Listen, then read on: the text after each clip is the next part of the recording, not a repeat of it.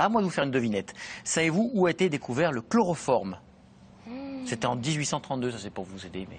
On n'était pas nés avec ce Non, titre. on n'était pas nés. Eh bien, c'était à l'ancienne pharmacie centrale des hôpitaux de Paris, désormais appelée établissement pharmaceutique de la PHP. Et ce lieu de conception et de fabrication publique de médicaments reste indispensable pour remplir les missions qui n'intéressent pas les laboratoires privés. Une usine originale visitée par Géraldine Zamanski, Fanny Thiebaud et Johnny Dacosta. Il y a un point commun entre toutes les équipes du SAMU et les services qui prennent soin des grands prématurés. Tous ont besoin de médicaments fabriqués ici, dans la seule structure de production pharmaceutique entièrement publique de France. L'idée, c'est de répondre de manière totalement inédite à des besoins qui ne sont pas couverts en France en matière de médicaments par l'industrie pharmaceutique concurrentielle et donc permettre la mise à disposition de produits correspondant à une situation rare et ou orpheline non couvertes sur le marché.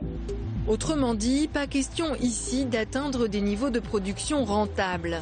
Les seules matières premières achetées en grande quantité sont le lactose et le sucre qui entrent dans la composition de différents traitements. Pour les véritables principes actifs de chaque médicament, les stocks sont beaucoup plus limités. Nous avons par exemple le sulfate de zinc, principe actif utilisé pour la fabrication des oligo-éléments destinés aux prématurés, donc des contenants de toute petite quantité, vous voyez 1 kg, mais parfois il nous arrive d'être amené à détruire les matières premières non utilisées, arrivées à péremption bien évidemment. Car en conjuguant petit nombre de patients et très faible dose pour les prématurés par exemple, les quantités consommées sont réduites. Mais la qualité reste maximale, le laboratoire contrôle systématiquement tout ce qui va entrer dans la chaîne de production. Ces matières premières, notre mission est d'en déterminer la pureté par une séparation chromatographique de la matière première et des impuretés, afin de déterminer le pourcentage de ces impuretés éventuellement toxiques. S'il y a plus de 0,1% d'intrus indésirables par rapport à la substance active, par exemple, la matière première sera refusée. Tout le processus de fabrication est ensuite sécurisé pour conserver cette pureté, avec des flux d'air entièrement contrôlés autour du remplissage de ces ampoules, ces injectables. L'objectif des cascades de pression que nous mettons en place dans les locaux des injectables doit permettre d'être en surpression au niveau de la zone d'activité pour éviter l'entrée des contaminants extérieurs à l'intérieur des locaux. Donc nous avons ce jeu de cascade qui, d'un sas à un local, permet de créer un gradient de pression d'air et d'éviter l'entrée d'air de l'extérieur à l'intérieur des locaux. La composition bactériologique de l'air est aussi analysée en permanence et à la moindre alerte, la production s'arrête.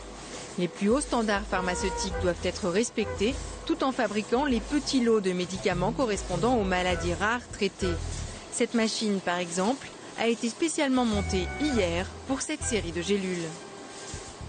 Nous passons énormément de temps à nettoyer les machines, à nettoyer les locaux et à faire le montage de la machine pour l'adapter à la taille de gélule et à la fabrication. C'est-à-dire qu'on passe plus de temps à entretenir, à monter au nettoyage qu'à la production en elle-même, puisqu'on fabrique des lots qui sont généralement de 60 000 gélules, là où l'industrie pharmaceutique va fabriquer les gélules par millions, par des séries de plusieurs millions.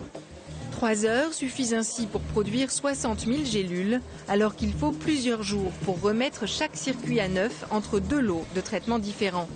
Cette logistique associe en permanence l'automatisation ultra sécurisée et une certaine part d'artisanat autour des machines. Impossible ici de faire des bénéfices, ce sont des médicaments de service public conçus par les équipes hospitalières de la PHP. L'objectif est bien entendu de poursuivre l'innovation pharmaceutique en lien avec les hôpitaux, les centres de référence et nos partenaires, de façon à pouvoir mettre à disposition dans les prochaines années des thérapeutiques nouvelles. Donc le temps projet est un temps projet assez long. Par contre, effectivement, notre volonté est de poursuivre sur cette voie et d'apporter à chaque fois que c'est possible de nouveaux traitements au bénéfice des patients. De nouveaux traitements devraient effectivement bientôt voir le jour grâce aux 168 essais cliniques en cours.